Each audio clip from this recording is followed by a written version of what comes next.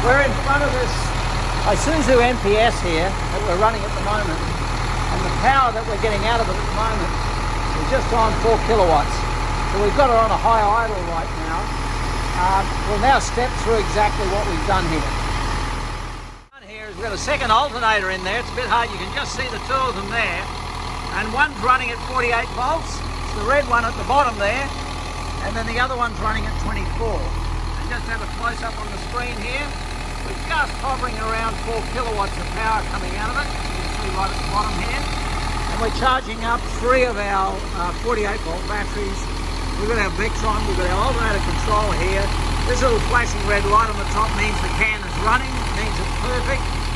And we've got everything else here running on board. We've got the 3000 watt inverter charger. It's been a bit of an interesting challenge, this project, but it's gone really, really well. How good's that?